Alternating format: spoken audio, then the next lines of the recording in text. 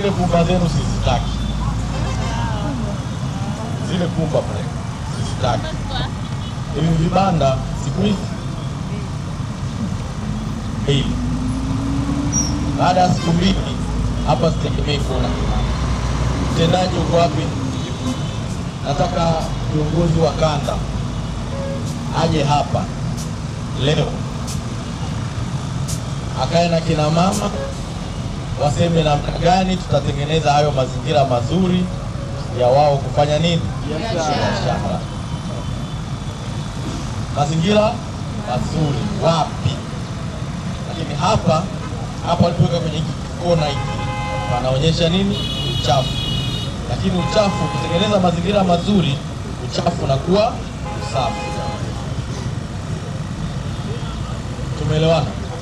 Ukijenga mazingira mazuri, mahala ambapo ni pachafu wanaweza pakawa mazuri.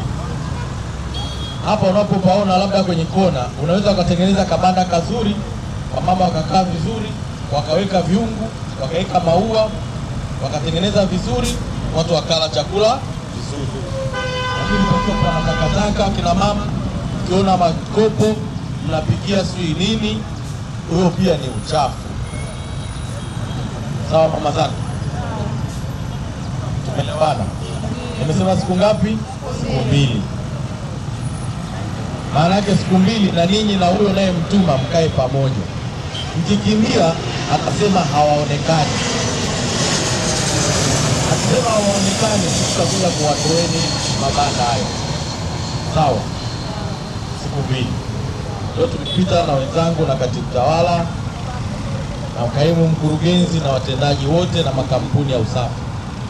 Kwanza kuongea na ninyi wanaopaki bodaboda, bajaji kando kando mwa hii barabara, lakini pia wale wanaofanya biashara. Sawa? Kiongozi wa kanda, kwa kanda namba ngapi?